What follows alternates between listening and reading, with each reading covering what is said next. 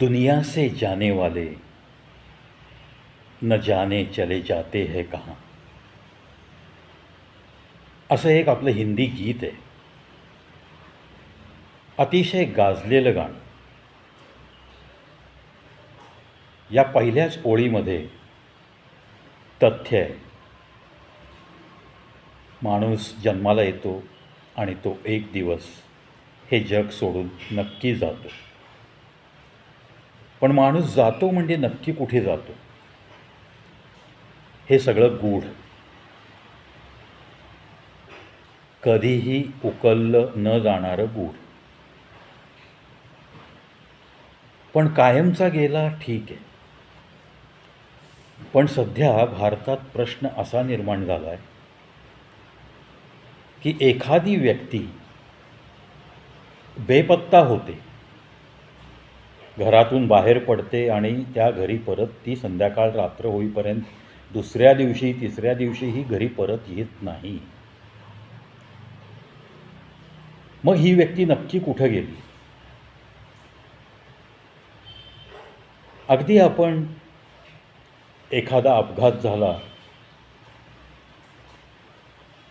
आणि वाहन रस्त्यावर पडलंय, वाहन चालवणारा बेशुद्ध आहे, त्याच्याकडं काहीही आयडेंटिटी सापडत नाही आहे, तेव्हा अपघात स्थळावरचा CCTV कॅमेरा झूम करून गाडीचा नंबर बघून RTO रेकॉर्ड्सला लगेच मेसेजिंग करून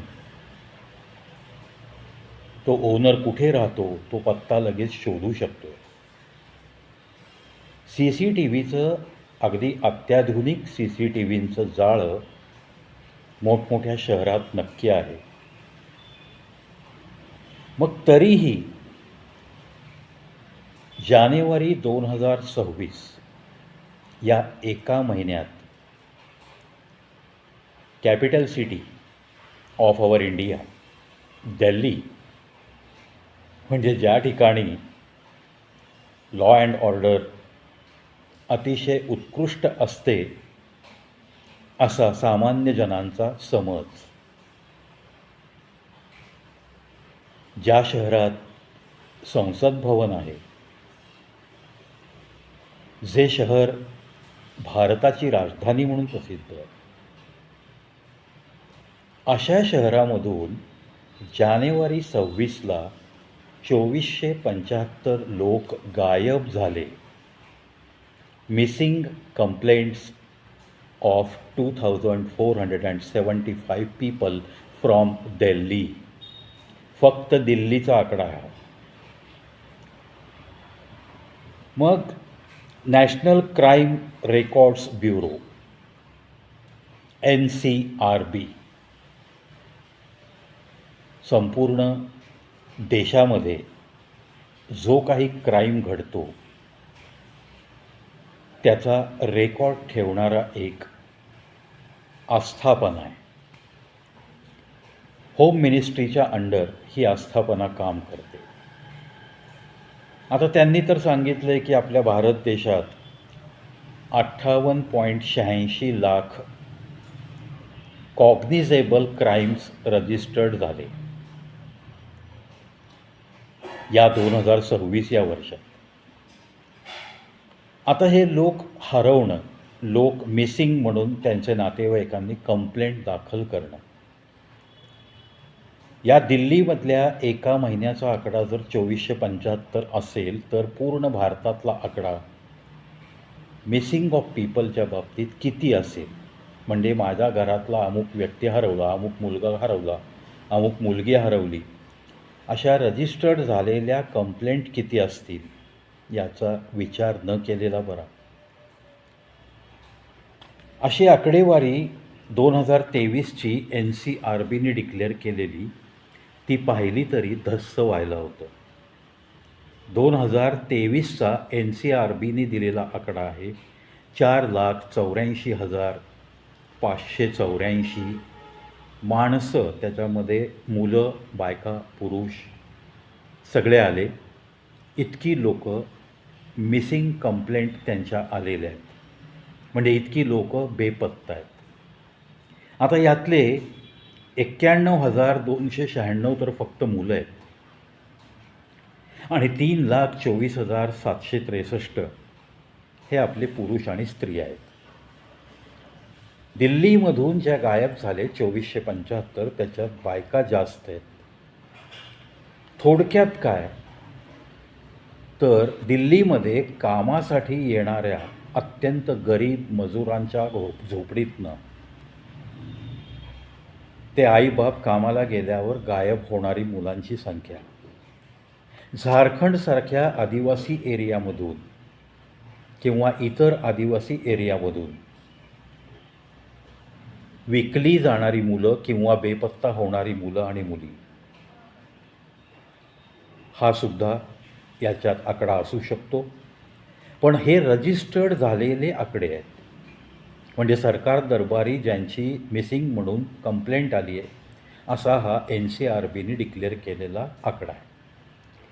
नॅशनल क्राईम रेकॉर्ड्स ब्युरो, अर्थात authenticated figure given by this bureau. म्हणजे भारत देशामध्ये आंदोलनं सुरू आहेत, तिथे पोलीस एंगेज आहेत, सीमेवरनं अतिरेकी आतमध्ये येत आहेत, एक 2-4 अतिरेकी येतात, कुठेतरी गोळीबार करतात, मजुरांचा जीव घेतला जातो आणि सर्च ऑपरेशनसाठी शेकडो सैनिक तिकडं बिझी. म्हणजे असलेली मॅनपॉवर जर छोट्या छोट्या कलहांसाठी आपल्या या देशांतर्गत काही सीमांवरती बिझी सैनिक, अशी जर परिस्थिती असेल तर मग या मिसिंग कंप्लेंट ज्या लाखोच्या आकड्यांमध्ये आहेत. मित्रांनो, 2023ला जर 4,84,584 लोक मिसिंग असतील, वर्षाचे 365 दिवस, याच्याने तुम्ही या 4,84,000ला भागाकार करा, तुम्हाला डेली मिसिंग किती याचा आकडा नक्की येईल. म्हणजे तुम्ही काय विचार करायला गेलात तर ज्यांच्या घरातले लोक बेपत्ता आहेत, आजही सापडत नाहीत, ते नक्की गेले कुठं. मग ह्युमन ट्रॅफिकिंगच्या बाबतीतला कायदा तसा पाहिला तर कडक आहे, तो असूनही असं घडतं आहे. अत्याधुनिक CCTVचं जाळं मोठमोठ्या शहरांमधनं असूनसुद्धा या गोष्टींचा थांगपत्ता लागत नाही का तो लावण्यासाठी पोलिसांकडे वेळ नाही. इतर क्राईमचा रेट खूप वाढल्याने मनुष्यबळ कमी पडतं आहे का, मग आपल्या या घरातल्या घरात जे काही कलह सुरू असतात, आज हे आंदोलन, उद्या ते आंदोलन, आता 7-8 तारखेला अजून एक आंदोलन आहे असं डिक्लेअर झालं आहे, याच्यामध्ये लागणारा फौजफाटा, याच्यामध्ये जाणारा वेळ, त्याच्यामुळं हे इन्व्हेस्टिगेशन प्रलंबित राहतं आहे का, मग अशा गोष्टींकडं कानाडोळा करायचाच असंच काही ठरलं आहे का, अजून काही लागेबांधे कोणाचे या ह्युमन ट्रॅफिकिंगमध्ये पण आहेत, याच्यातून काही अजून अवयवाचं काढून घेणं आणि ते विकणं आणि मग खोटी अवयवदान चळवळ दाखवणं, असं काही या पडद्याआड सुरू आहे का. म्हणजेच या किडनॅप केलेल्या किंवा मिसिंग असलेल्या लोकांना कुठेतरी नेऊन त्यांना मारून टाकून त्यांचे अवयव काही श्रीमंत डॉक्टरांना विकले जात आहेत का, असा पण काही कुठे लागतो का सुगावा, असं काही घडतं आहे का. असं काहीच घडत नसेल, CCTVमध्ये जर दिसत नसेल, तर मग ही लोकं गेली कुठे, हा मोठा प्रश्न आहे. आणि ती हजाराच्या घरात नाही आहेत, वर्षात लाखोच्या घरात आहेत. 4,84,584 म्हणजे जवळपास 5 लाख लोक. 5 लाख लोक जर 2023 सालात गायब झाले असतील, काय त्यांना काय धरतीने गिळलं, पाताळात गेले का, आकाशात उडून गेले का, एलियननी येऊन जहाजातनं भरून नेली माणसं का, समुद्रात नेऊन बुडवली, नक्की काय समजायचं. त्यामुळं ह्युमन ट्रॅफिकिंग हा कायदासुद्धा अतिशय कडक व्हायला पाहिजे आणि मिसिंग कंप्लेंटच्या बाबतीत एक स्पेशल स्क्वॉड नेमला गेला पाहिजे. मनुष्यबळाचा पुरवठा या प्रशासनाला नक्की करावा लागेल.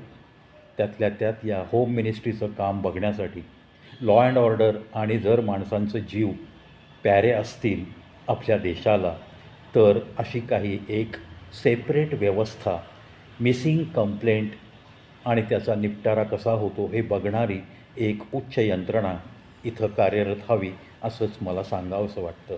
कारण ज्या घरातनं माणूस गायब होतो, बेपत्ता होतो ना, त्या घरावर काय संकट येतं हे त्याचं त्याला माहिती आहे. मग यांच्याविषयी कोण आवाज उठवणार? कोणीच नाही. या कंप्लेंट दाखल करणंसुद्धा ज्यांना माहिती नसतं असाही एक आकडा असेल. म्हणूनच कदाचित 4,84,000 हे जे दिसत आहेत, कदाचित अजून 16,000 नॉन रजिस्टर्ड कंप्लेंटसुद्धा असतील. 16,000 असे मिसिंग असतील की त्यांच्या घरच्यांना कंप्लेंट दाखल करावी किंवा नाही करावी काहीच ज्ञान नसेल, केली पण नसेल, असंही असू शकतं. एकंदरीत हा टॉपिक मला तर सिरियस वाटतो.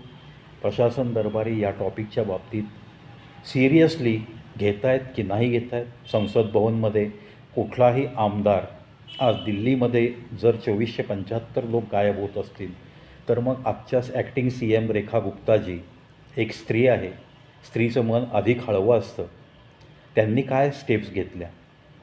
दिल्ली तिथून जवळ आहे, सगळं संसद भवन जवळ आहे.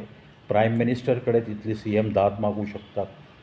प्रशासन तिथल्या तिथं तुम्हाला मनुष्यबळ मागू शकता तुम्ही. मग नक्की ह्याच्यामध्ये काय पावलं उचलली? त्या 2475मधले आज 3 वर्ष झाली काय इन्व्हेस्टिगेशन झालं, हे सुद्धा आपल्या या NCRBनी डिक्लेअर करावं. सामान्य जनांच्या हिताचं काहीतरी काम चालू आहे असं सगळ्या सामान्यांना वाटलं पाहिजे, तरच ते खरं लोकशाहीचं राज्य. मित्रांनो,